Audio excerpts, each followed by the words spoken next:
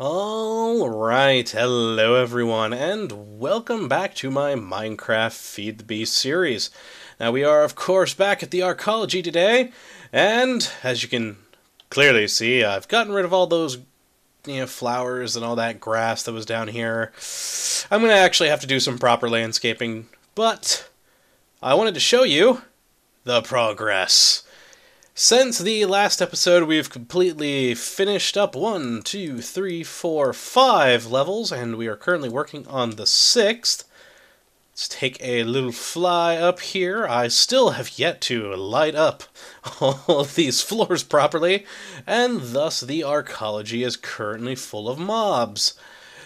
But, yes, that actually segues us nicely into what I'm going to be doing this episode. Now, as you can clearly see, too many mobs, we need lighting. Lots and lots of lighting. And torches are good and torches are cheap, but they don't exactly look good now, do they? I mean, they serve their purpose, but they're basically nothing more than that. They are light for the purpose of light. We want light that looks good. So as to avoid that creeper down there, I'm actually going to build stuff up here today for just testing out, and, well, not really testing out, but showing you guys what I have in mind for our lighting situation here that we will use throughout the arcology, including downstairs in the sub-basement area. So let's plop down a crafting table right here.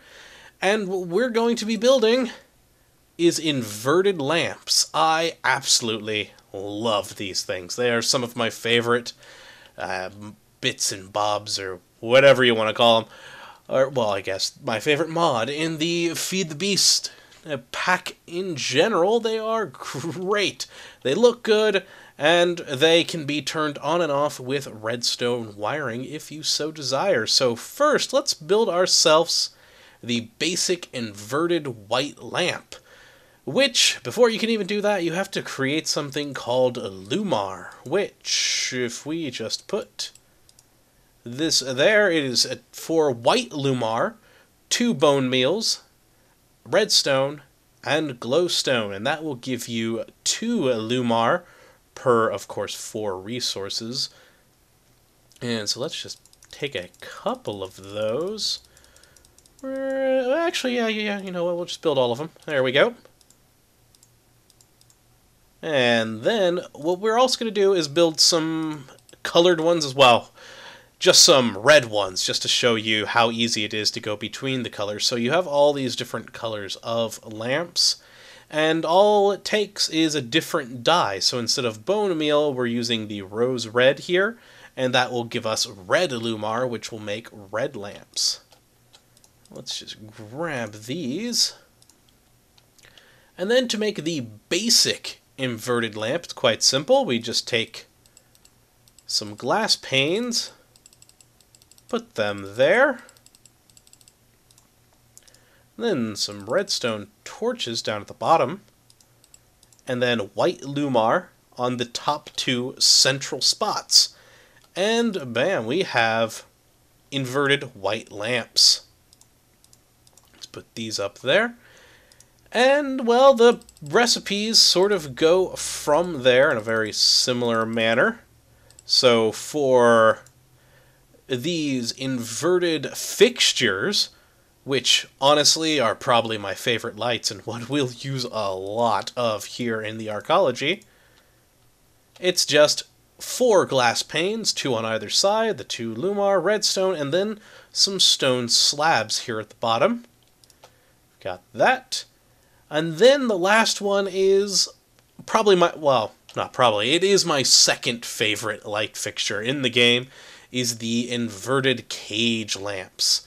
So what we do for that is iron bars up at the top, glass panes on either side, and then the stone slabs there, redstone, Lumar, and we can make 4 of those.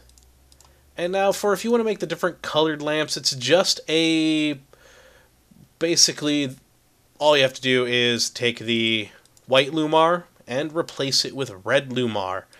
And you have red lamps then, and the same goes for all the other different types of lamps. Yeah, we'll just make all 4 of those. Bam, there we go. Put these back in the inventory. And it's all rather quite simple. You have the inverted white lamp right there. The inverted white fixture right there. And the inverted white cage lamp right there. Now that one I love because it has a really good industrial feel. So this light is what we are going to be using in the sub-basement and perhaps in a few areas in here. This will be the primary light that we'll be using throughout the arcology. And this one, I don't know exactly where I want to use it, but I do want to use that one because it does produce a nice bit of light from, and, well, it's a nice block. But yeah, and like I said with the other colors, now the light on them is just regular old light, but the light itself, the fixture, is a nice red color, and it's cool because you can hook these up to redstone so that you can turn them on and off. And, ooh, actually, do I have... Let's put... Whoop. Oh, no, I need cobblestone for that. Let's just make a button. That'll work. And we have redstone. So I should be able to wire one of these up real quick. And see, and it'll turn it off. So whenever you have a redstone signal going to it, it will turn it off. And so for like these red fixtures, it's cool because you can set them up to timers and things like that, so they'll flash red constantly. I've always liked that feature of them. So we can hook these up to a redstone and control them, eventually, from all over the place. Which is why, well, yet another reason that I love these light fixtures. And, of course, they just pop right back off like any other block in the game. You don't have to worry about remaking them. Which is good, so let's just pick these up. And I actually think I know what I want to do with just the regular old cage lamps. Pick that button back up too. So let's go down to the bottom. Ooh, a lot of mobs. So yeah, I'm thinking replacing these torches here with one of these inverted white lamps. But I want to make them a little bit higher, and we just go bam, and bam, there we go. Looks quite nice, produces a nice bit of light. And we can do that all the way down, and in the corners it's easy enough just to pop one of these right there. Oop, actually, I didn't mean to put it that low, right there. And I like the look of that. Yes, looks quite good.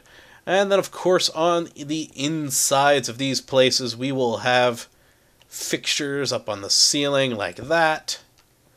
They produce a nice bit of light, so let's just make them 1, 2, 3, 4. There we go. 1, 2, 3, 4. There we go. 1, 2, 3, 4. There we go. Haha. I knew you'd eventually aggro spider. Bad spider. There we go. So yeah, that's basically going to be what the hallways and rooms, once I eventually separate these large open areas into said things. That's how the lamps will look as you go along the hallways of the arcology. They produce a nice bit of light. I don't remember exactly what the number is, but they do produce more light than a regular torch does. And so we'll be able to easily cover all of the dark spots of the arcology with these various lights. Though actually, I want to try something else here. I do like those on the corners like that, but I wonder what it would look like if, say, we put one of these cage lamps right there. And of course, the cage lamp goes up against any wall or surface, so, or if it's on the ground like that. So you can change its orientation by how you place it and on what block. But you know what? I kind of like that too. Adds a little bit more depth. And since this is technically an outdoor area... Whoop. Nope. Break. There we go. Let's put that one there too. Jump up and grab that cobble. I do like that, but my problem with it is those corners, because I do like the lamp in the corner, and the single block definitely works better for that. Put some red lights around here. There we go. Oh yeah, like I said earlier with these, it does just produce the regular light, and thank you, Rain, you just had to come. But yeah, just a regular old light. It's not colored light in any form. Just the color of the fixture itself is what changes. But, you know, adds a nice little extra aesthetic to things. But yeah, what do you guys think? The caged lamps for out here in the courtyard area, or the regular old inverted white lamps? I'm kind of leaning towards those, but those cage lamps do look nice. And of course, on all of these outer areas, we'll be doing that same sort of design, repeating up as we go. Though potentially something slightly different here, since I did go with a different design. But yeah, that is it for this episode. We had some lovely lamps made that can be put onto redstone, as I mentioned earlier and showed, so you can turn them on and off however you like. It's good times. Do I have... oh yeah, let's just for randomness sake. There we go, that light's off now. But yeah, so you can do a lot with these lamps, and they look great. And yeah, they'll add a really great aesthetic to the facility as a whole, especially the interiors. I love these lamps for interior areas. They are just my favorite light fixture ever. Aha, they are wonderful. But yeah, tell me what you guys think, how those look, especially for these outer areas. I'd like opinions. And yes, I do hope you have enjoyed this episode, and that you come back for the next, where I'm going to explore how I want to get people between floors. Well, and by people I mean me.